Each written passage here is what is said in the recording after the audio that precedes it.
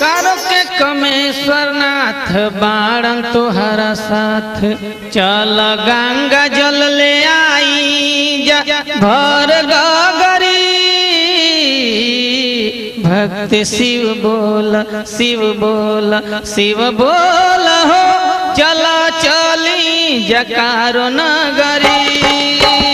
भक्त शिव बोल शिव बोल शिव बोल हो चला चली जकारो नगरी करके कमेश्वर नाथ बाण तुहरा साथ हो करके कमेश्वर नाथ बाण तुहरा साथ चल गंगा जल ले आई जा भर गगरी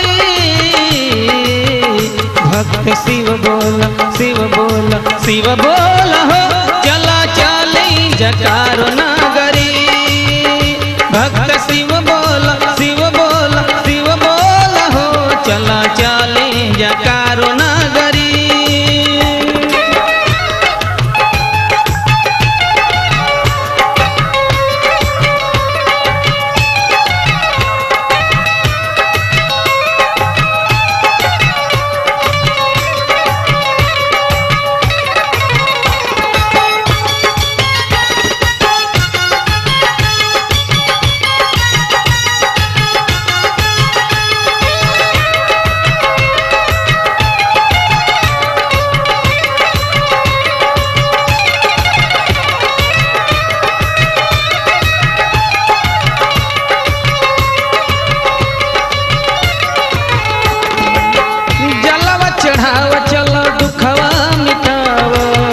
अपने भोले जी से तू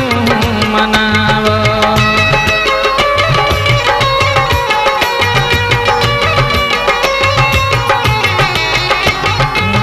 जलवा चढ़ाव चल दुखवा मिटाव अपने भोले जी के तू मनाव शिव बाण जकर साथ हो जल दिन रात शिव बाण जकर साथ हो जल दिन रात जल गौआ जवार सगरी भक्त शिव बोल शिव बोल शिव बोल हो चला चली जकारो नगरी भक्त शिव बोल शिव बोल शिव बोल हो चला चली जकारो नगरी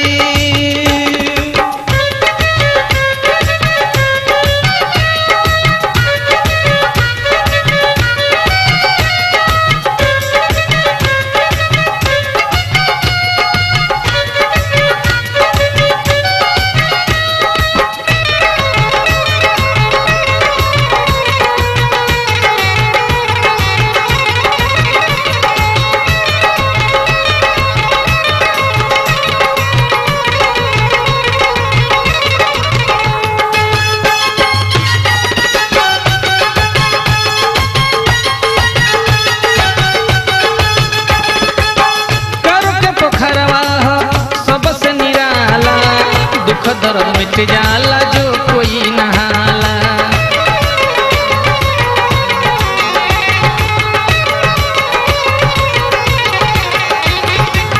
कारो के पोखरवा हो सबसे निराला दुख दर्द मिट जाला जो कोई नहाला धतुर के हाथ ले लयौरी बेल पात ले ला धतुर के हाथ ले लयौरी बेल पात ले ला भोले के भंगिया पियावर गरी भक्त शिव बोल शिव बोल शिव बोल हो चला चली जकारो नगरी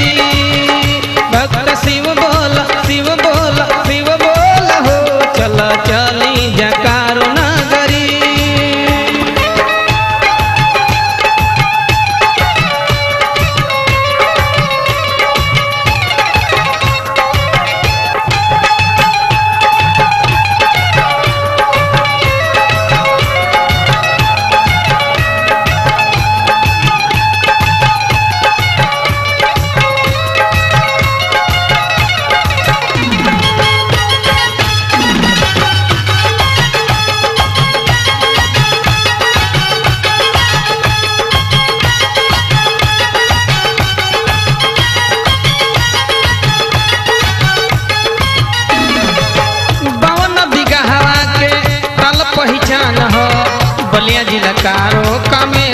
के धाम हो।